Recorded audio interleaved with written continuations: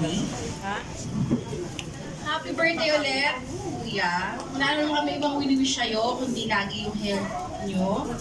Lagi kang magpapakabait, makikinig sa amin ni mama at papa, ha? Para hindi tayo nag-aaway. Huwag mong inaaway yung kapatid mo. Alagaan mo daw, sabi nila, di ba? Opo?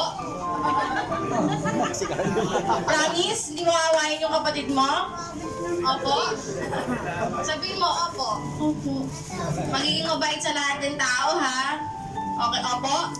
Opo. Yun lang po. Mag-aral ng mabuti, makikinig lagi, ha? Okay? Opo? Opo. Ayan, si Daddy naman din daw po. Ayan, Daddy, message niyo po para kay Kuya Calster. Wala naman akong ibang pang-wish talaga sa kanya, kundi yung lumaki siyang masipag na bata, lalo sa pag-aaral. Yun lang. Yun pala yun, Jollibee. Naiyak naman ako sa mga binalang mo sa amin. Yun lang sa pag-aaral talaga. Yun talaga yung gusto namin, yung matutukan sa kanya. Mabait naman siya. Minsan, talaga pagka medyo pinobak lang, talagang, yun, nanahaway siya ng kapatid niya. Naiiyak na din. Ilang happy birthday, ha? Kuya, makabait lang lagi. Tapos tuloy pa rin yung pag-aaral natin gabi-gabi, no? Ha? Si Carlin. Si Carly naman. Ayan, si Ate Carlin daw po, may message. Happy birthday, Kuya. Love you much. Mag-message din daw si ate. Ito si ate. Mag-message din. Inasa ng mommy and daddy niya. Ayan, at syempre, hindi lang po sila mommy and daddy ang magbibigay ng message at wishes. Alisin ka po na to. Baka mabangga mo. Ayan, at syempre, ilan ang inyong kahilingan? 1, 2, 3, 4,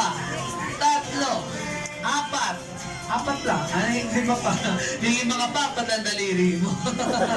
Kaya mga best friend, ibigay mo ng iyong unang kahilingan. Si Carlster daw po ay lumaking bata, madasalin, at may takot sa Diyos. Palakpan natin si best friend Jollibee. Kalawa best friend? Kalawa. Si Carlster daw po ay lumaking bata, pogi, at macho. Kagaya ninong. Asan? Hanapin mo. Kagaya ni Daddy! Ayan, nasa si Daddy? Ayan si Daddy, nasa kilid mo, best friend. Ayan. At syempre, ikatlo, best friend.